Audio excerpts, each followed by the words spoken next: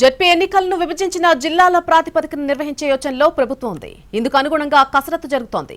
పంచాయతీల పునర్విభజనపైన న్యాయపరమైన అడ్డంకులు లేకుండా జాగ్రత్తలు తీసుకుంటోంది ప్రభుత్వం. స్థానిక సంస్థల స్వావలంబనకు కూటమి ప్రభుత్వం ప్రాధాన్యత ఇస్తోంది. ఇందులో భాగంగా స్థానిక సంస్థలు, గ్రామ పంచాయతీలకు నిధులు కేటాయిస్తోంది. కొత్త జిల్లాల ఏర్పాటు తర్వాత మౌలిక సదుపాయాలపై దృష్టి పెట్టింది ప్రభుత్వం.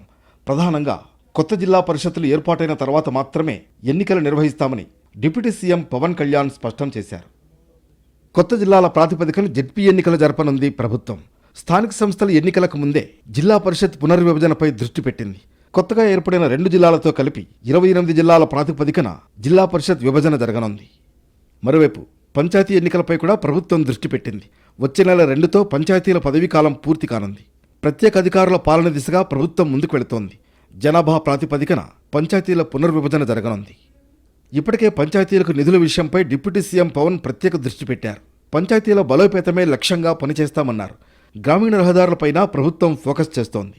మొత్తానికి అటు కొత్త జిల్లాల ప్రాతిపదికన జెడ్పీలు, ఇటు పంచాయతీలను జనాభా ప్రాతిపదికన పునర్విభజన చేయడంపై ప్రభుత్వం దృష్టి పెడుతోంది.